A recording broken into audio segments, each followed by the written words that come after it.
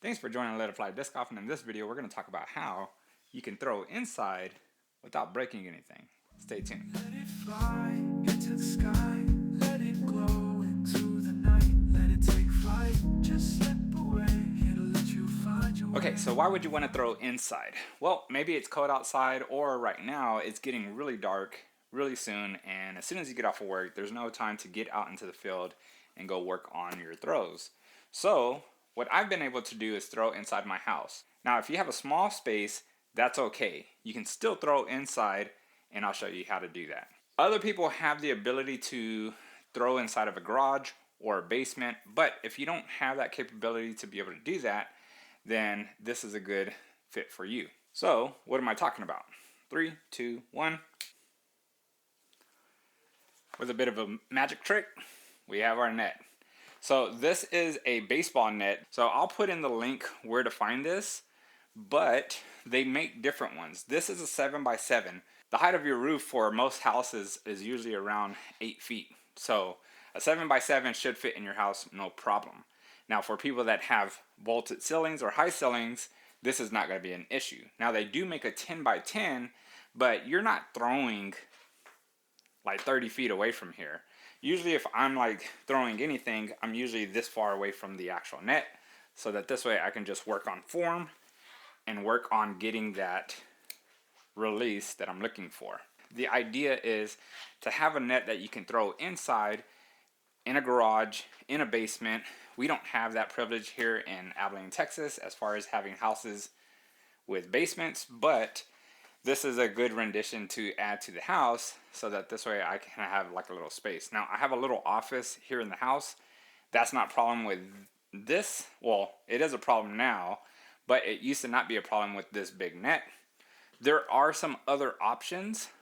So if you can't afford a net, having a thick blanket is a really good tool to have as well. So either you can mount it up, don't just mount it onto a wall, you need some space behind it, so that this way when you hit it with the disc, it's not going to keep traveling back to the wall and then mess up your wall. You can also buy PVC from like Lowe's or Home Depot, and you can build yourself a frame.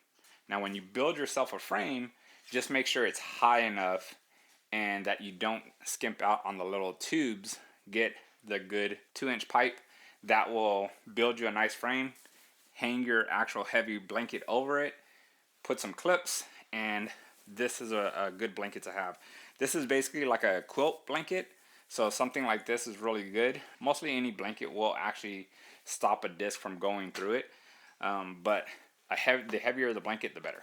Now, hopefully, hopefully you stayed around long enough to know that I'm not gonna throw inside the house with a regular disc, okay?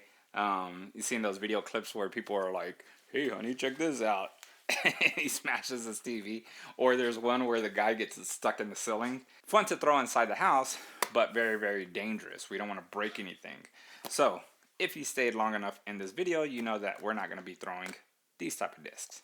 But what we are going to use, not this, but this. Okay, so I think these are called like Flubby Wubbies or something like that. I could be wrong, but they're made by Dynamic Disc.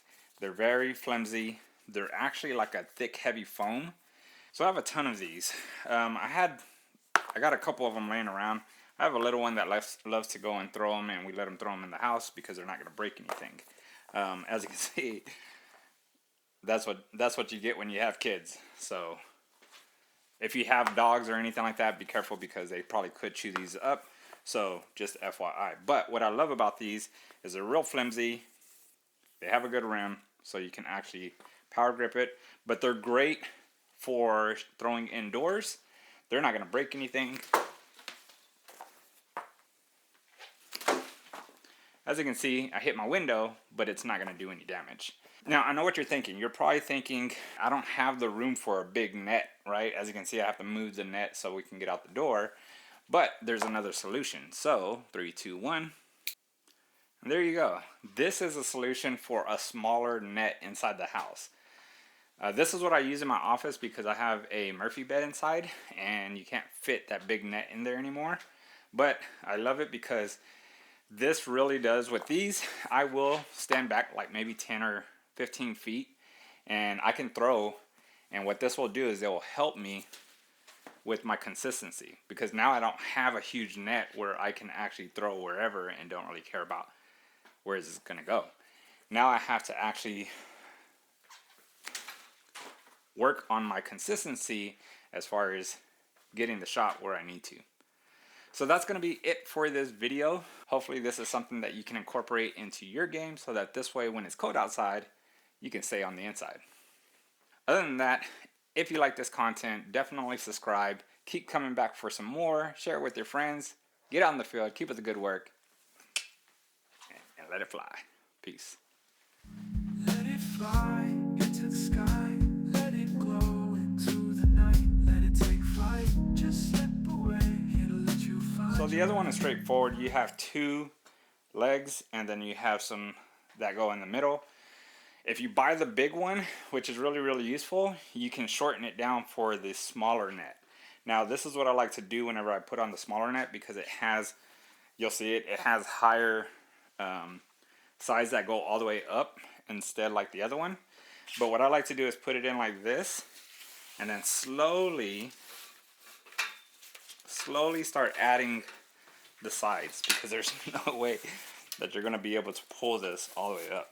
Now, what I usually do is get it over the little first rod.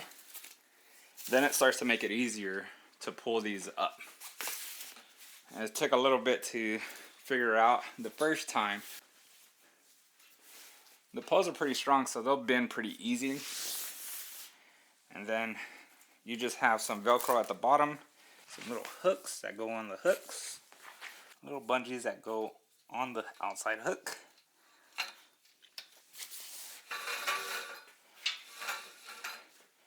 And you're ready to go.